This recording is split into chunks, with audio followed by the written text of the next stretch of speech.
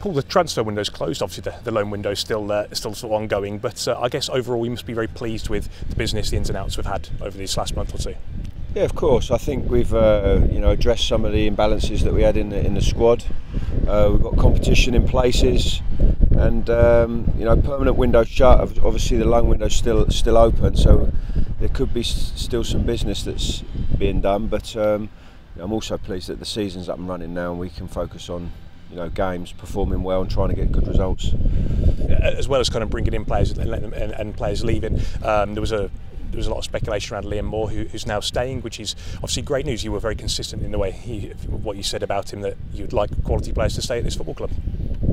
Yeah, from my point of view as the manager of the football team, delighted that we've been able to keep Liam here, and I have to say a big thank you to Mr. Dye and Miss Dye, our owners, that they were very strong in saying that we're trying to build something here, and as a result of that, we need to make sure that our best players are staying. So there was some strong interest in Liam, including financial offers for him at a good level, but we're very happy that he's staying. And you mentioned the loan window too. It obviously rumbles until to the end of the month, and I suppose over the course of this month you'll learn a little bit more about the team and where there might be little opportunities to just do little bits of business as well, which could be a good thing for us. Oh yeah, 3 weeks to go till the loan window shuts, but what we know now is that the permanents are done, ins and outs on permanents, and just going back to Liam's situation a little bit, everyone knows that he put in a transfer request. I totally understand that situation. Young players, being a football player, the career is very short, and you can understand that ambition to play at the next level. We hope he's going to do that with Reading. He's a fantastic player. I hope the fans, get behind him and get behind the team, because he always gives his absolute best for the club, and as soon as he gets that shirt back on, the fans are going to see that. And the first opportunity for him and the other boys to put a shirt on will be this Saturday at Forest, and Tyler Blackett's back available after a suspension, which is good news. Any other things to report? Any other knocks or niggles or anything?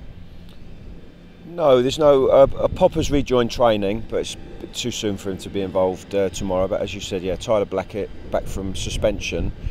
Seems like the longest suspension ever, because it was at the back end of March, wasn't it, or April sometime. So it's a long time since he's been unavailable. So it's good to have him back, and we're good to go for tomorrow. Tyler must have been chomping at the bit all summer, knowing that he's training so hard and couldn't be involved on day one. Frustrating, isn't it?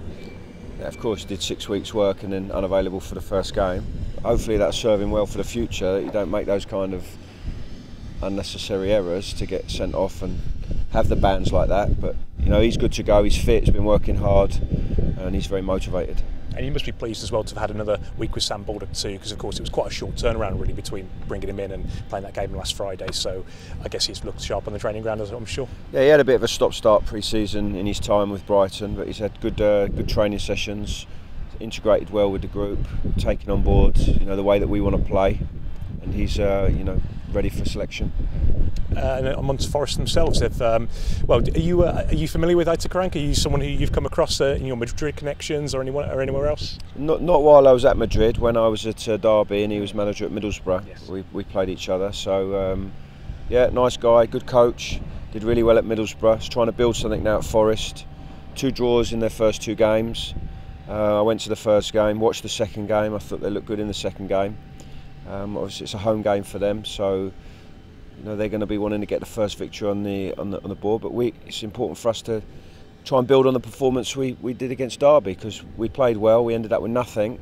We've got to try and play well again and end up with points this time. Focusing on Forest themselves, like a lot of clubs, that throughout the last few years in this division have spent quite a bit of money, tried to buy in some difference maker type of players and things, and I guess that comes with a bit of a pressure. I don't know how you feel about that. I mean, you're talking about Notts Forest here. Their recruitment. I mean, they've got. I think they've got a nice blend there. You've got some British players, and Dawson's gone back there from Hull. They've got Graben, who's a player we know because he played here on loan, and then they've got some foreign players, 3 Portuguese players that they brought in. They're trying to obviously get that mix of that experience and players that understand the Championship, but players that can also make the difference. So they're a good side, and they played well the other night against West Brom. But fundamentally, as you mentioned as well, we'll be ready for it. No, of course. And the important thing is we build on the performance we put in against Derby, particularly in the first half. If we can perform at that level over a longer period, we'll have a good chance. Safe journey there. Thanks. Yeah, thanks a lot.